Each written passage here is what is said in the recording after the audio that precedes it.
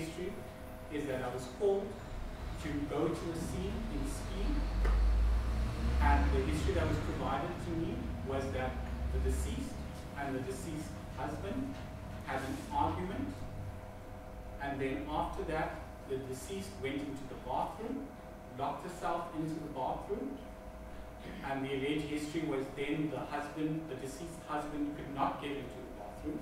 He then called maintenance to come help him open the door. Maintenance then came forced to open the door, and then she was found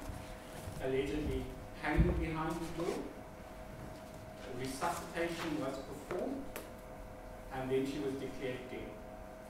And I was called because the forensic pathology officers called me because the police services were unsure if this was a homicide or suicide, and would like me to go into the scene to evaluate whether this could possibly be a homicide, and also to provide a time